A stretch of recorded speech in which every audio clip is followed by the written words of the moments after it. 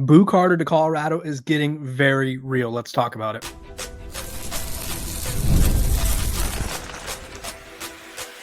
You are Locked On Buffs, your daily podcast on the Colorado Buffaloes, part of the Locked On Podcast Network, your team every day.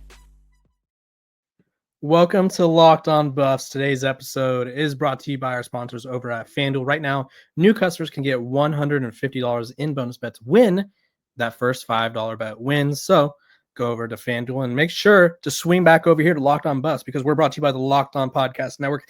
It's your team every day for free and available wherever you get your podcasts. Make sure to like, subscribe, and follow so you don't miss out on a moment of the coverage because things are always interesting in Boulder, and Boo Carter is a prime example of this. So for those of you who may or may not remember, brief history on Boo Carter, 4-star athlete out of Tennessee, played safety, four-star athlete out of Tennessee from the 2024 class, came down to Colorado, came down to Tennessee, came down to Michigan. Colorado was in on him. He was kind of viewed as a two-way potential guy, and ultimately he's a Chattanooga kid, if I'm not mistaken. Or says he's from Cleveland, Tennessee. So from that Tennessee area, or from the state of Tennessee, stayed home, played for the Vols, was a freshman All-American, All-SEC honors, returned punts, was a really good defensive back, and was expected to play offense this next year for the Vols. And all of a sudden, a report surfaced that he's been missing team events and was called out by the leadership. And all of a sudden, it's very unclear what his future with the program is. According to a report by CBS Sports, it's not a Nico situation, and I'll elaborate on that later. But his future with the program is uncertain. And the report also says, and I quote, "Should the situation end up with Carter not returning to Tennessee, Colorado would be a school to watch as a potential destination," according to CBS Sports. The Buffaloes were a factor in his high school recruitment and would likely afford him the opportunity to play on both sides of the ball, which he did in high school, and sparingly in spring practice for the Vols. Carter also returned punts for the Vols as a freshman. So yes, like I said in my open, there's some inklings, there's some happenings, right? Boo Carter coming to Boulder is a possibility. Now, this is where it gets complicated. And I wrote about this over at Athlon Sports if you guys want to read more about it. Obviously, the transfer portal is not open right now, at least not in the sense that most people think. There is a transfer portal open from July. Let's see. Let me pull up the dates to make sure I don't butcher this. There is a portal open from July 7th to August 15th. That being said, it is the NCAA Committee on Legislation Relief issued the waiver that allows designated players to enter the portal in that time span. The report also said that those players are typically walk-ons or back end of the roster scholarship players. So probably not Boo Carter.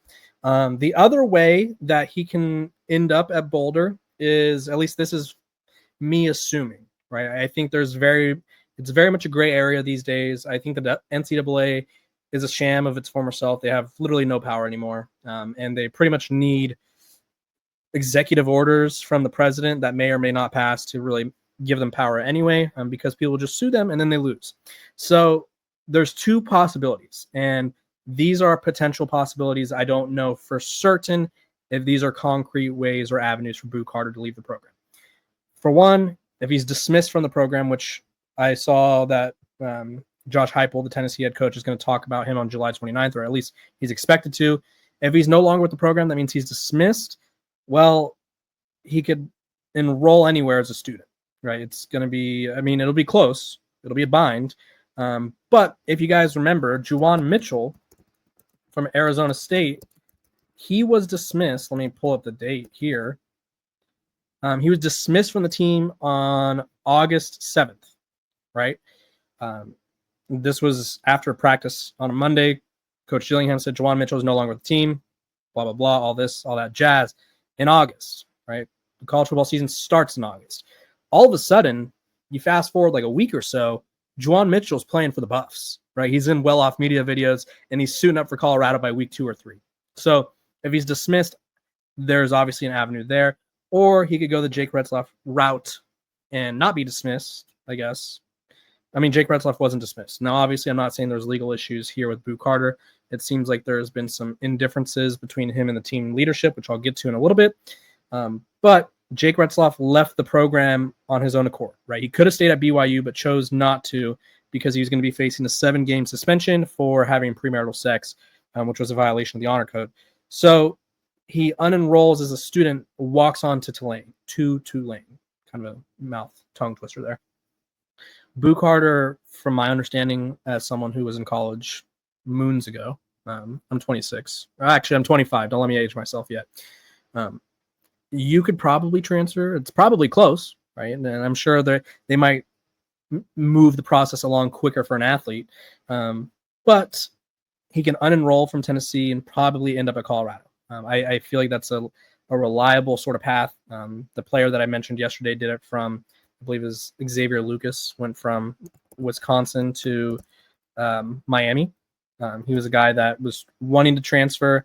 They didn't allow him to transfer, and all of a sudden, he's at Miami because he unenrolled as a student. I do think that's kind of a hack. I don't really know what the NCAA could do to that, because if they're choosing to walk on, they're just student. Like if they unenroll as a student, they're students at that point, right? They are using their powers as students to help them with sports. And I talked about this yesterday. Back in the day, I covered Stanford for Sports Illustrated, and they had a safety by the name of Patrick Field, who was actually pretty good.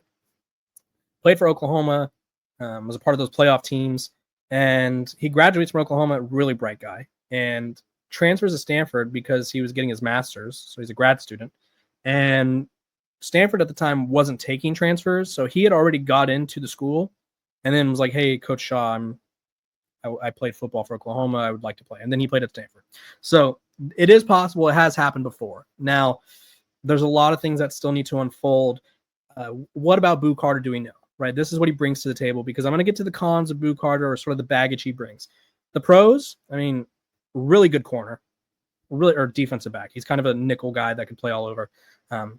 Very versatile athlete, can obviously return punts or kicks, and that was one of the things that Coach Prime said he wanted more of last season, was more dynamicism in the punt return, kick return game. And then he also can play wide receiver or running back. So you're getting a versatile athlete to... You're not going to replace Travis Hunter. I don't think anyone in college football can be Travis Hunter. But it doesn't hurt to have a gadget guy who could do a little bit of everything, right? And I think Boo Carter would be the next best thing for Travis Hunter. And you don't need to have a Travis Hunter every year. But if you have guys who could do it, why would you not do it, right? Colorado has obviously had success. They produced the Heisman winner, Blitnikoff winner, should have won the Jim Thorpe Award, won the Defensive Player of the Year award, Paul Hornung Award, twice, Big 12 Defensive Player of the Year. Like they've done it, right? So Boo Carter, the template is here. It's just a matter of, does he leave Tennessee, or do things get resolved in Knoxville? Now, let's be cautious here. Just because Boo Carter is a good player and can do a lot of things, there is some baggage. I'm going to talk about that in a quick second, but first, a quick break.